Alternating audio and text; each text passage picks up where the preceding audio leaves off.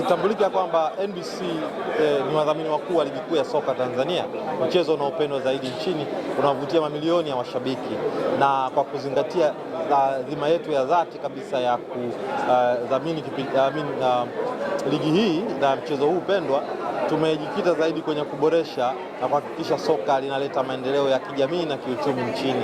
Mambo mengi makubwa sana tumeyafanya tangu tulipoingia kwenye udhamini huu kwenye msimu wa 2021 ambapo ligi yetu ya Tanzania ilikuwa ni ligi ya nafasi ya 12 ya ubora barani Afrika, na leo tunazungumza hapa ikiwa nafasi ya 5. Kwa hiyo utaona ni namna gani ambavyo udhamini huu umekuja na matunda makubwa sana kwa kushirikiana na wadau mbalimbali. Leo hii kwa kuendelea na hiyo dhima yetu ya kuboresha maendeleo ya soka nchini, tumekuja na kipindi maalum.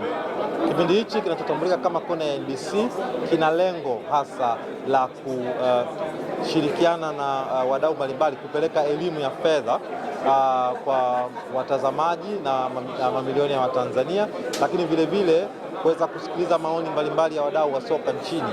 Na katika kipindi hiki tumeweka segments mbalimbali zenye kuburudisha, kufundisha na kuelimisha sana sana kuhusu masuala ya fedha pamoja na uchumi wa soka duniani.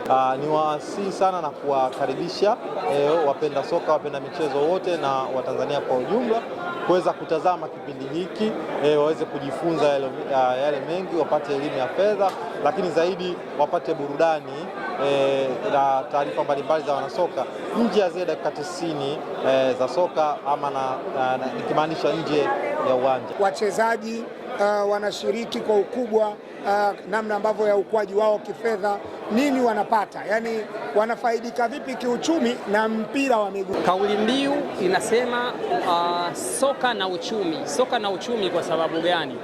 Kipindi cha nyuma watu walikuwa wakicheza mpira tu, lakini baada ya kustafu mchezaji anakuwa hajui maisha yake ya kustafu, hajui mbeleni kuna nini.